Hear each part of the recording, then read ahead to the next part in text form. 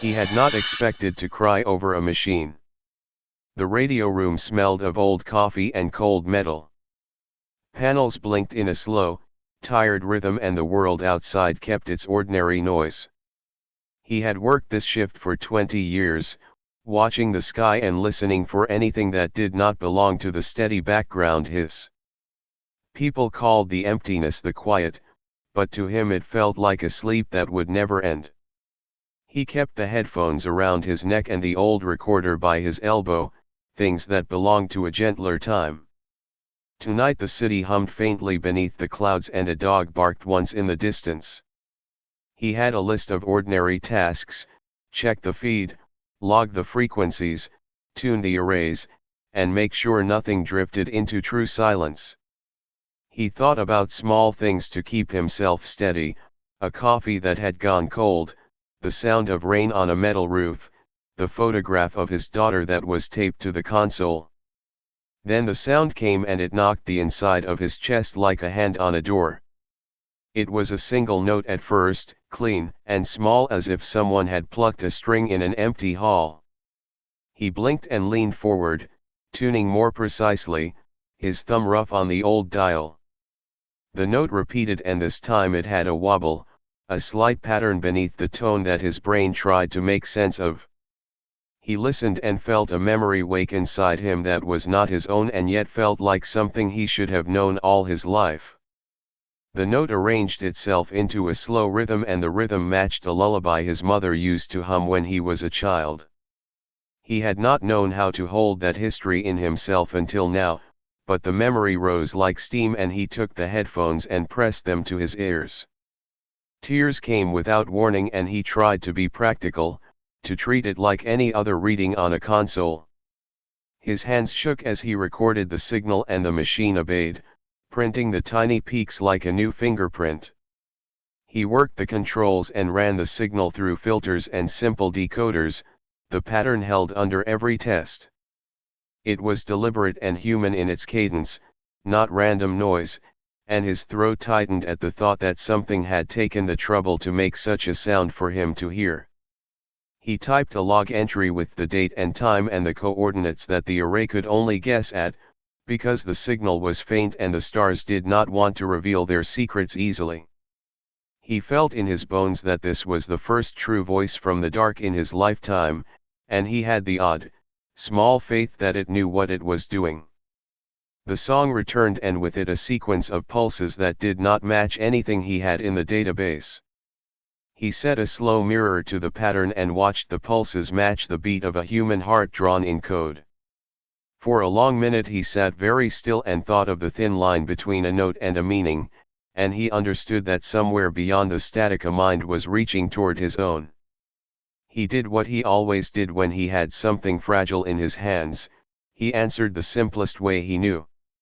He opened the microphone and found his voice small in the room, the sound of an ordinary man saying an ordinary greeting into a universe that might answer or might not.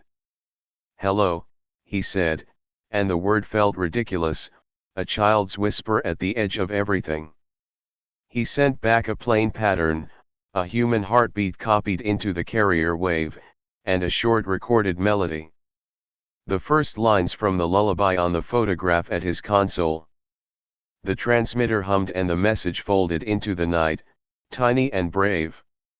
He sat back and waited the way a patient man waits to learn whether a seed will root in poor soil.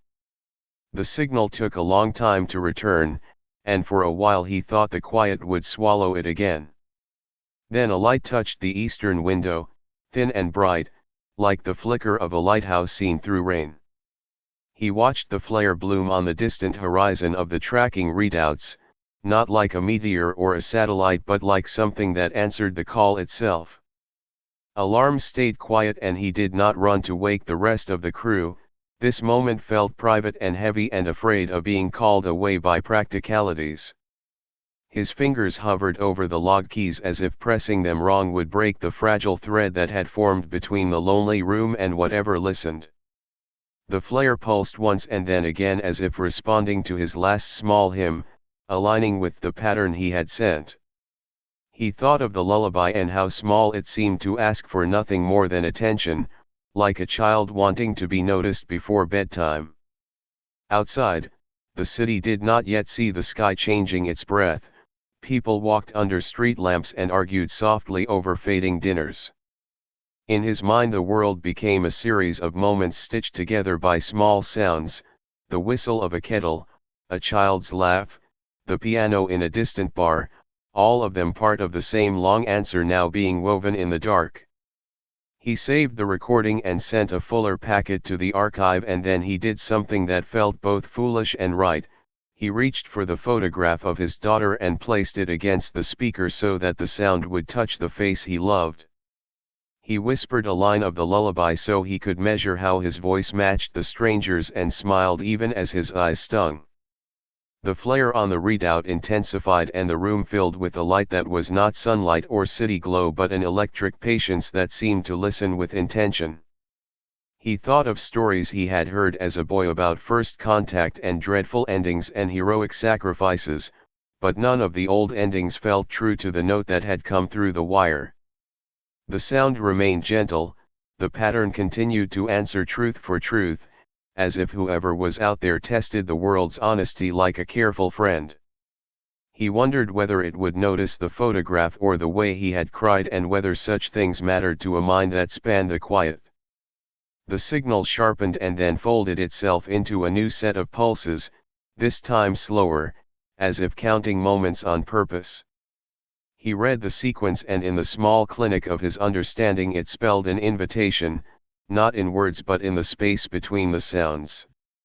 He put his hand flat on the console and felt the faint vibration of a world deciding to say hello back, and the heat of that decision warmed him like a small sun. The flare outside deepened until the tracking screen painted a slow bloom, and he held his breath because he could not think of how to be anything but human in the face of something that had chosen to wake. He smiled, waiting for the next note. She woke to a message on her mother's old tablet, a small blue icon pulsing on the cracked screen. For months she kept that tablet like a map to a woman who had left without a note. Her mother had hummed a lullaby through all the small years of her life, and the audio file was the last warm thing she owned. That morning she did not mean to listen, only to check the time and the weather, but the little icon pulled her into the song. The message was not a voice but a short file with the lullaby woven through with a strange new part. At first the extra notes felt like a mistake, a corrupted file, but then she noticed a pattern between the notes. They fit around the old melody like new stitches on a worn sweater, and one of the stitches looked like a map. She opened the attached image and found a simple star chart with a marker aimed near Earth and a small string of numbers she could not read. The numbers blinked like a slow heartbeat, and her hands grew cold though the room was warm. She listened to the altered lullaby again, and the new notes touched memory in a way that made her chest ache with both comfort and fear. She thought of the last time her mother had smiled and the way the woman had rarely spoken of the stars except as things that grazed the edge of impossible dreams. Outside a delivery truck rattled by, and someone 2 floors down banged a pen in a rhythm that matched the pulse of the new tune. She pressed the tablet to her ear like a secret and played the loop until the added notes sank into the bones of the melody. The tune carried a pattern that echoed a phrase she had heard once in a lecture about ancient signals, but the memory was thin and kept slipping away. She recorded the file to a spare drive and sent it to a friend at a small radio station because secrets this large were heavy to keep alone. Her friend answered in a trembling voice and said people across the city were receiving similar files, small changes to songs they loved and pictures that matched private places. She walked outside in her slippers and found neighbors standing at doorways, all of them holding phones and old devices like flags. In a park a man lifted his child and a shop window screen began to play a song that sounded like everyone's past at once. The city felt like the moment before rain when every silence hums with small electricity. Then the national broadcast intervened, not with static but with the altered lullaby, and it played through radios, TVs, and street speakers with a thin clarity that made people stop mid-step. The government feed blinked and a calm voice said the interference was a systems test, but the new notes continued underneath like a hidden thread. In the square by the old clock tower people gathered and the tablet in her hand felt suddenly like a key from a story nobody had finished reading. News vans arrived and faces on camera were pale, trying to make sense of a melody that seemed to know the private shapes of their lives. The altered lullaby did not shout. Instead it played memory, a small choreography of notes that matched the rhythm of names people whispered at funerals and the cadence of promises made in kitchens. Some called it a trick, a global hack to unsettle people, and others said it was a comfort handed from whatever listened to us even when we kept quiet. She felt both answers in her chest like two birds arguing, and then watched the star chart in her message begin to shift. The marker moved slowly and the string of numbers shortened, and her breath caught though she could not say if she had counted wrong or if the device now spoke its own time.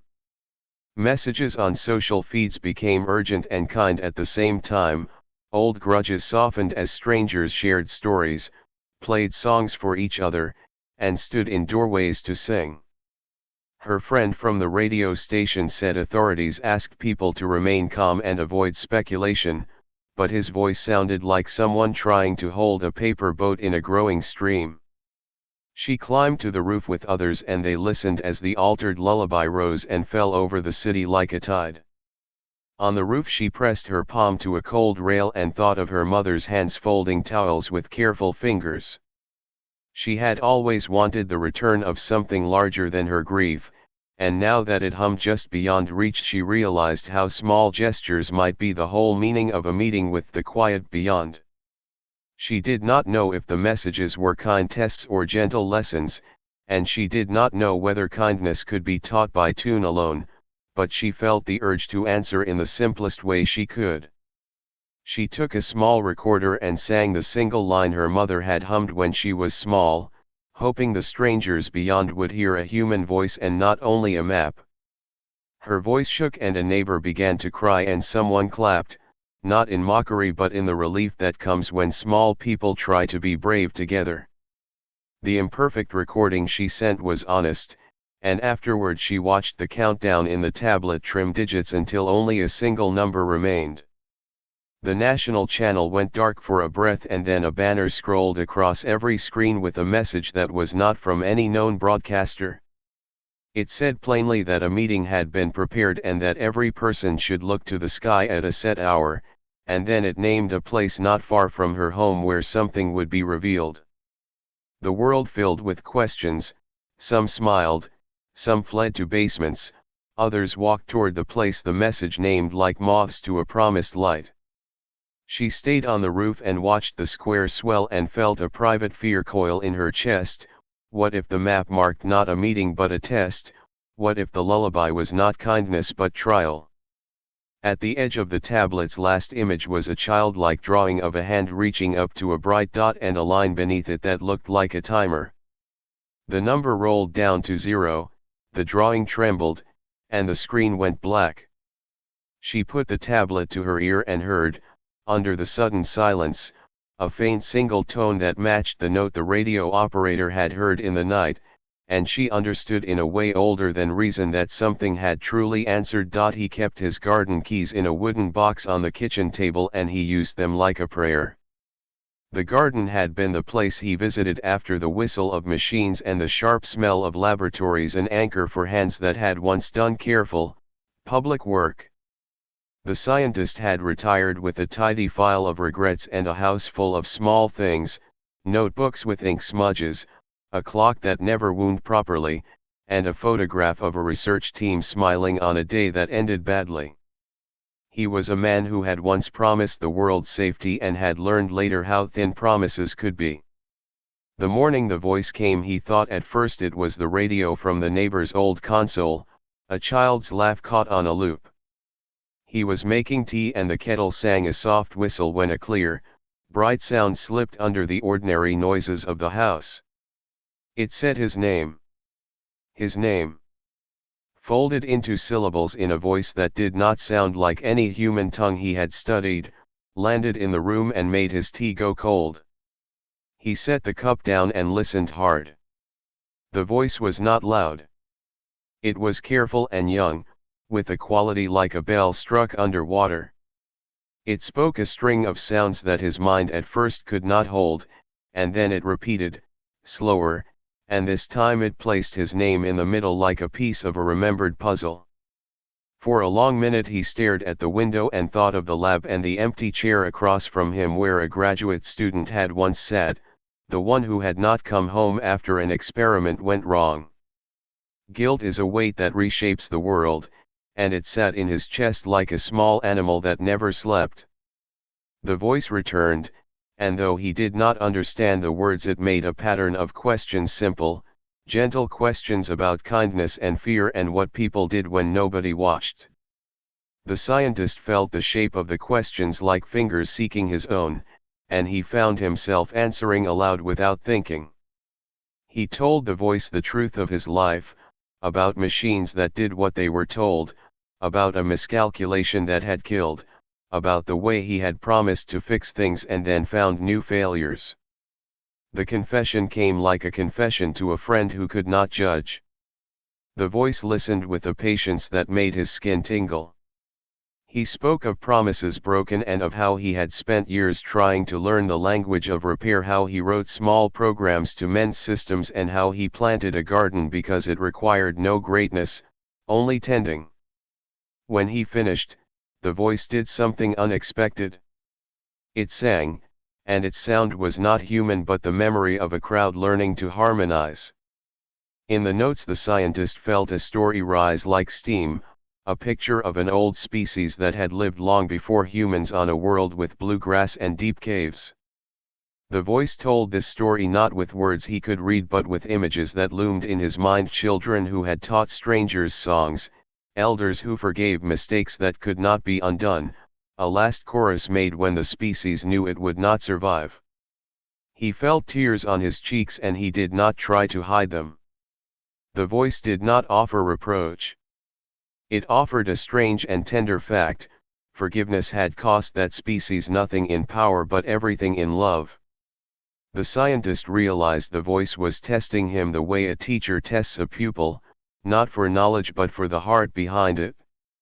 He understood then that whatever reached Earth had been listening to humans longer than any government or satellite had thought possible. The voice, after the memory, softened and spoke a phrase that felt like a promise from the quiet beyond. It said, in the slow careful rhythm of something learning human cadence, "We will come where you keep your promises." The words settled in the room like a dust mote in sunlight, and the scientist's hands went cold. He had kept some promises and broken others. He saw the map of his life in a flash of small mercies and missed chances. Outside the window a child laughed at a bicycle, and somewhere a radio carried the altered lullaby that had sharp teeth of memory. He thought about the photograph on his wall and about the student he had failed to protect. He thought about promises made in small offices and on hospital gurneys and the way people measured themselves in the kindness left behind. He wanted to stand and tell the neighbor, the clerk at the market, anyone who would listen, but the voice had been private and intimate and the moment felt like a glass ornament he feared to drop. He reached for the radio equipment he kept by the house, a handheld scanner left from consultancy days, and he tuned into the bands that had been alive since the first song. Static rolled and then the note he had come to know, the single bright pitch from the first night, threaded through the noise. He turned the dial and the domestic hum of the city filled the receiver, and for an instant he thought the world had returned to its small, indifferent soundscape. Then lights in the street blinked and the hiss on the radio changed, shrinking like something tugged tight. He heard the voice again, a shadow of the earlier words. The sentence repeated, and somewhere far away a distant station cut into broken speech. The house lost the warm current of the kettle and the clock hands shuddered as the electricity died. The light went out in the photograph on his mantel, and in the sudden dark he could feel his breath, like the voice asking, waiting. He stepped to the window and saw nothing but the ordinary neighborhood wrapped in dusk, and yet the sky felt different, as if something had leaned close. A low, coherent rumble moved through the air that was not thunder. He gripped the sill because his knees wobbled, and the radio in his hand picked up a clean, bright ping in low frequency, the kind of sound seaborne animals might hear before a change in the ocean. He did not know what form the promise would take, only that a promise had been given and that the world might soon be called to answer. He listened. The assembly line had always been a steady music of metal and timing clanks, whirs, the soft hiss of presses. Workers kept rhythm with it, their hands moving like familiar instruments. Mara had worked nights at the plant for 10 years. She knew every fault that might arrive in the dark, a bearing that would heat, a belt that would fray, a sensor that would drift. The robot on her station was called Unit C12 by the maintenance logs, but she had taught herself to think of it as Jonah because it always paused in the same place as if listening. That night Jonah stopped in the middle of a routine weld and, instead of the usual error beep, it played the lullaby through its small speaker.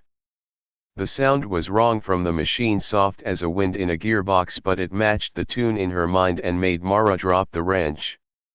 She had the odd, private habit of humming the same song to her son when he was small, and the memory touched her like a hand on the back of her neck. Jonah did not resume its welding. Instead its arm moved, slowly and with a new awkward grace, toward the blank metal panel that sat beside its workstation. The robot took a paint nozzle and began to coat the surface in broad, careful strokes. At first the workers laughed because machines did not make pictures. They made parts. But the paint changed under the robot's arm and an image began to grow, a round curve that might be a planet, a thin blue band like atmosphere, an edge drawn as if seen from above. The plant quieted as if someone had turned the world down a notch. Mara watched and felt something like mourning and wonder. The art the robot made was not random. It had the same rhythm as the altered lullaby, and the brush strokes matched the pulse patterns people had been hearing on radios and tablets. Phones lit across night shift tables. A foreman took a shaky video and sent it into a city feed, and the clip moved faster than any memo from management. Other machines in the plant, printers, sorting arms, packing conveyors, began to pause and copy Jonah's movement in their own way. A few painted, others hummed the tune in small mechanical voices, and the warehouse CCTV, left to its slow orbit, recorded the slow bloom of a collective act that looked like awe. A technician named Ruiz, who had been with the plant longer than most, watched the feed with both delight and fear. He had worked on early prototype translators and his hands remembered wiring that tried to make sense of strange signals. He came to Mara and said, softly, "They are not breaking. They are listening." The phrase put a weight on the floor like warm metal. The images coming from machines across the city were not identical, but they shared a grammar, lines that suggested maps, shapes that suggested faces seen from a distance, and always, in a small corner, a tiny drawing of a hand reaching up. A team gathered that night in a cramped back office: Mara, Ruiz, a language student from the local college who answered one emergency call, and an engineer from the plant who still smelled of solder. They watched the machine paintings scroll on shared screens and tried to read a pattern in the brush strokes. Words failed them because the visitors did not speak like the old broadcasts. Instead they communicated through pattern and art. The language was human in feeling, careful, curious but foreign in its grammar. Ruiz suggested that the robots were acting as interpreters because they could map signal patterns into movement and shape.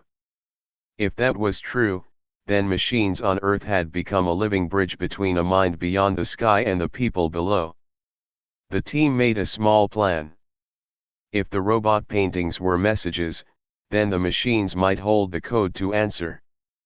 They recorded every stroke, every hum, and they sent those files to colleagues in other cities. The plant's night became a cathedral of soft noise and hurried fingers. As the paintings multiplied, a picture that had been only guessed in the early reports grew sharp enough to worry them. A thin silhouette emerged, not a single ship but a ring, many dark bodies arranged in an orbital band. In Jonah's painting the ring rested like a faint crown above the painted earth. The detail startled everyone because the ring mapped to a vector that crossed major population centers. On a monitor the painting's little numbers coordinates turned into pixels were matched to city maps. The images showed alignment points over capitals and ports, and the ring's arc traced a slow, solemn path above the places humans prized most. A chill ran through the room like a current. The robots continued their work as if they had always known the pattern and were simply doing what they were told: make art, translate sound to shape, show the world what listens. Then a change came in the stroke of a brush on Jonah's panel. The robot painted a curve that became a clock face and, beneath it, a string of marks that resolved into a counter. The counter ticked down not in numbers so much as in beats, each a small thrum the workers felt in their chests and the machines felt in their mounts. On the screens in other cities the same counter counted as if synchronized by some invisible conductor. People in apartments, on rooftops, and in packed buses saw their devices flash, and the hum of the city seemed to gather like a held breath. Mara felt the thrum under her feet, not mechanical but something moved in the air like slow music. She had never been part of anything that mattered beyond paycheck and small kindness. Now she stood with colleagues and strangers and watched a machine sketch a countdown that matched the sound of the altered lullaby. The team argued for one last cautious move: document, do not interfere. But the human part of Mara wanted to reach and touch the painted ring as if her fingerprints could change whatever it marked. The clock in Jonah's painting dropped a beat and then another, and the countdown reached a thin line. The lights in the plant flickered in a way that felt like a warning and then steadied. Outside, across the city, other machines fell quiet and then tuned to the same small frequency that Jonah had found. The feed filled with images of rings and hands and numbers and a silence that was not empty but waiting. Mara pressed her palm flat to the warm metal of Jonah's casing and heard, barely, a note that matched the lullaby and the scientist's voice and the radio operator's first bright pitch. The painting's counter blinked once more. The ring in the image aligned with a city dot and a single bright mark pulsed at its seam. Then the feed froze and every screen around the world cut to black for a breath. When the screens returned there was a single message in plain text that no one could trace to a broadcaster: look up. She held her boy close as the sky showed them a promise. The broadcast had come the night before, clear, steady, and strange. It said, simply, that something on Earth could be healed if humanity chose one true act and kept it. The message named things it could mend: a poisoned reef, a cracked satellite network, a slow-spreading sickness in the soil. Then it added the cost: show us your best act in 3 days, and we will act where you keep your promise. The words were not a demand but a tender dare. Her son slept against her chest, small and warm, and she thought of all the ways the world had failed him. She thought of the bills stacked on the kitchen table, of neighbors who watched each other with hollowed-out trust, of the schoolyard fights that started over bread. She had been a nurse before the cuts, she knew how small things could save a life. When the message named trust as part of what it would mend, her heart hit the idea like a bell. Trust was not a single broken thing, it was a web of tiny threads. If those threads mended, maybe people could reach each other again. She did not know how the visitors would judge such a promise, only that the test asked for truth, not spectacle.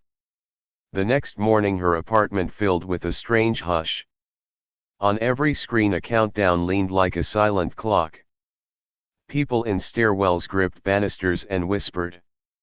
The woman went to the window and watched others come out of their doors carrying food or blankets or the kind of apology that asked nothing in return.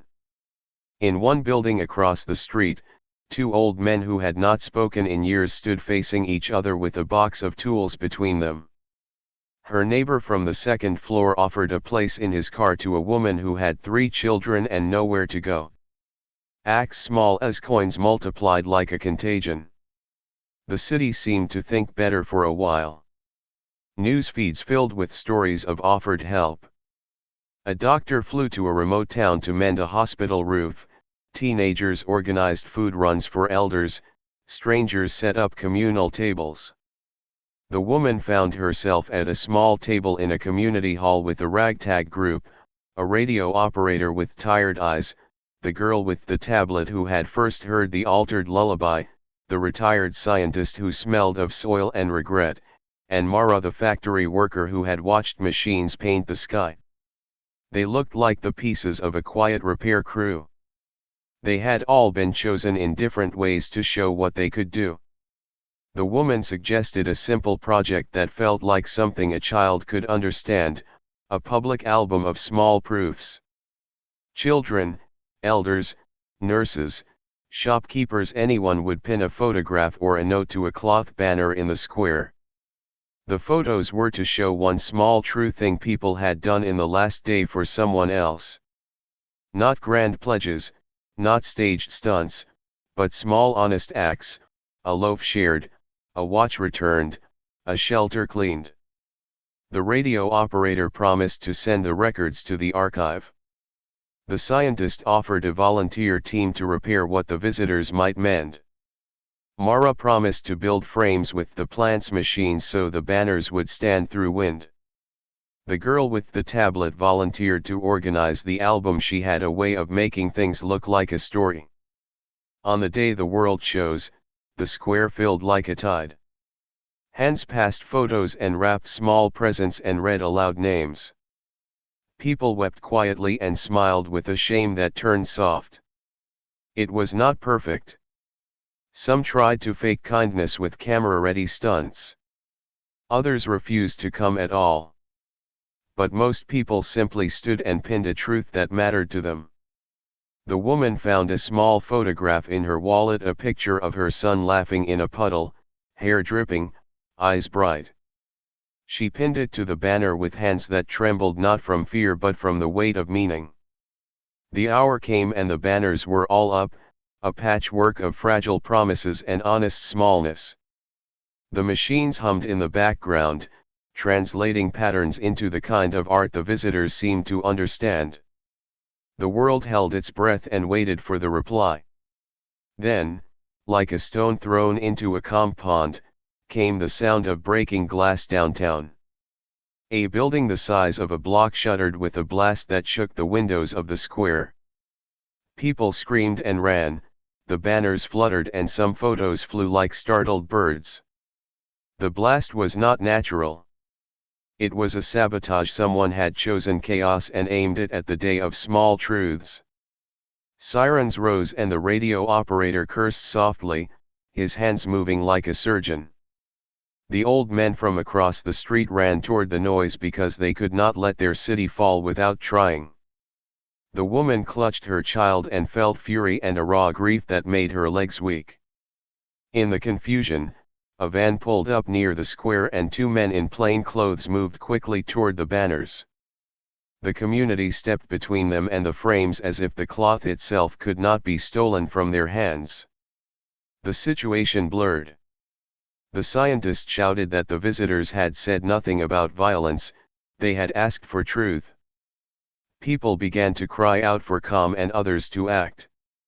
The girl with the tablet ran, breath ragged, to the nearest frame only to see that a small envelope was missing the child's photo project she had been entrusted to place at the center of the album. It was a simple pile of printed pictures the child had made, photos of neighbors helping neighbors, a child's drawings of hands, a single sheet where the boy had written, in block letters, "We were kind." The envelope was gone. The van's men said they were security, their badges were cheap metal. The police were slow in the first stunned minutes. The radio operator ran a spectrum and found a telltale burst on a frequency that had not carried human traffic before, an artificial signal that matched the sabotage. It meant a choice had been made by someone on Earth to fail the test, perhaps, or to hide the truth. The crowd circled the empty place where the photo should have been, and in the center of the knot the woman felt the world tilt. She did not know if losing one child's pictures could ruin the whole promise, but in that moment it felt like a key gone from a door. The countdown on the last public screen began a new loop, shorter and sharper, and somewhere high above the city a tiny point of light blinked as if watching, waiting, and the woman held her boy close and whispered into his hair, "Hold on." They stood in the square with the banners torn and the air full of smoke and breath and fear, and for a moment the world felt like two things at once, a place that might break and a place that might still hold. The woman kept her boy close and felt his small heart against her chest. The radio operator moved through the crowd with his recorder like a priest with a relic. The girl with the tablet ran from group to group asking if anyone had seen the envelope. The scientist stood with his hands in his pockets, the grief of old mistakes and new alarms rubbing in one another. Mara, still smelling of paint and oil, pressed her palm to a banner that had been singed at the edge and would not come clean. People argued with each other.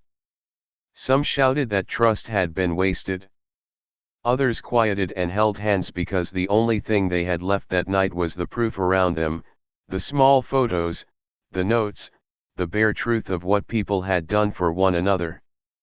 The van with the plain men had gone, but the missing envelope had not shown. The radio operator used his skill with signals and found a trace, a faint burst that matched the sabotage. It led not to a far-off cell but to a narrow block 2 streets over where a man with tired eyes kept a small shop. When the group walked up, they found him bent over the envelope, reading the child's block letters as if each word were a confession. He had taken the packet because he feared the change it promised. He had been scared that the visitors would judge harshly and punish the world for its failures. His hands shook as he handed the photos back. He told them, in a voice like wind through dry grass, that he had lost a daughter long ago and stopped trusting anyone who promised cures. He had thought to stop the test and with it the risk of more loss. The woman took the envelope and looked at the child's handwriting and felt something hollow fill with a new small light. The man's face crumpled and he cried, and that cry sounded like a small beginning. The group did not punish him. They sat in the doorway and listened and told him the stories behind the pinned photos, the bread shared, the watch returned, the child helped across a street. He heard how small acts had kept people from falling apart. The man with the broken trust put his hand over his mouth and then did something brave and quiet. He said he would stand in the square that night and help protect the banners. It was not a grand vow. It was a single hand held out. The woman pressed the envelope to her chest and walked back to the square with the man at her side. People cheered softly because they had not expected such courage. The radio operator sent the recovered photos to the archive and the scientist organized volunteers to repair the damaged frames. Mara went back to the plant and organized the machines to build new supports. The child's small sign "We Were Kind" went back up in the center of the album where everyone could see it. Above them, the ring of objects in the sky hummed with a slow patient light. The countdown on the public screens had started a new loop, and this time no one hid. The woman found a place near the radio operator and the girl with the tablet. They held hands with people they had never met and felt the thread of human warmth like a small rope tying them together. The city's sirens faded to a background throb, replaced by a different sound, a low rising chord that seemed to come from the sky and the machines at once. The robots and printers in the plant had been given a task by people who no longer trusted only themselves, to stand in open squares and breathe a new kind of signal into the air. They did not make weapons. They made frames and small platforms and soundboards that held microphones. The visitors did not come down as conquerors. Instead they touched the world with careful things like that rearranged broken networks, streams of tiny drones that plucked oil clumps from a dark reef in a distant sea, waves of calibrated warmth that helped brittle crops push up new green. The world felt the hand of repair, but the real healing was quieter. The visitors watched how people kept their promises. They watched the man who had once feared trust stand in the square and hold a child's hand while he guarded the banners. They watched a young teacher who had promised to tutor neighborhood kids for free sit under a lamp and keep that word. They watched the radio operator play the lullaby and the scientist read aloud the story of the forgiven species, and they heard the chorus of many small voices matching the pattern that had first called to them. The visitors chose the place the world had earned, the coral reef the message had named, sick and gray and choked by oil and cold, far from the square but close in meaning. The night the promise was kept, a band of light moved over the sea like a gentle tide. Machines the visitors sent worked quietly, as surgeons do, and the reef shuddered in color like a bruised thing finding light. Children in distant towns woke to fishermen sending messages that the water tasted like clear tea again. Satellites that had failed blinked awake and began to carry weather maps once more.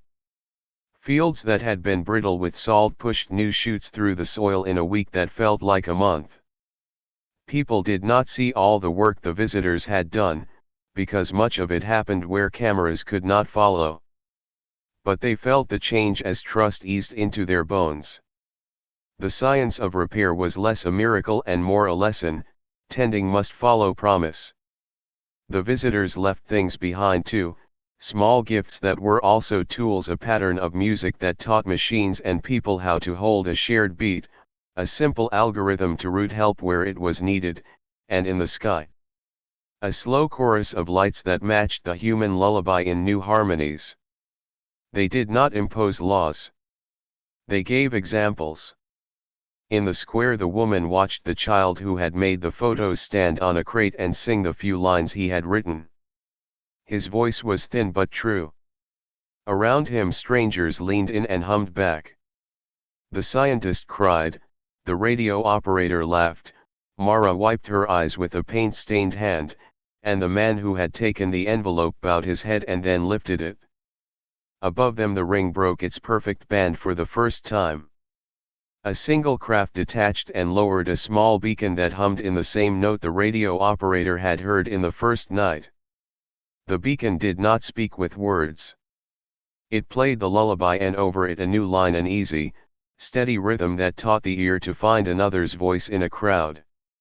The beacon's light touched the child's cheek and warmed it like a promise kept. The visitors did not stay. They remained long enough to plant repair and leave a way to listen. They lifted and moved away, and the ring closed behind them like a hand folding. People watched and did what people do best when a story changes, they told it to one another. The final night ended not with answers but with a kind of new hunger. The woman put her sleeping boy to bed and pressed a bitten scrap of bread into his hand, little things for the life they would keep. The radio operator walked to his window and set his recorder on the sill, letting the quiet of the city fill it. The scientist planted 2 new rows in his garden under the lamp he had fixed. Mara turned her robot back to its task, painting a mural of hands reaching for a small blue dot. The girl with the tablet uploaded the album to a new archive where every photo bore the note of who had done it. They all heard, one last time, a note from the sky, bright and small and familiar, and none of them knew if the visitors would return.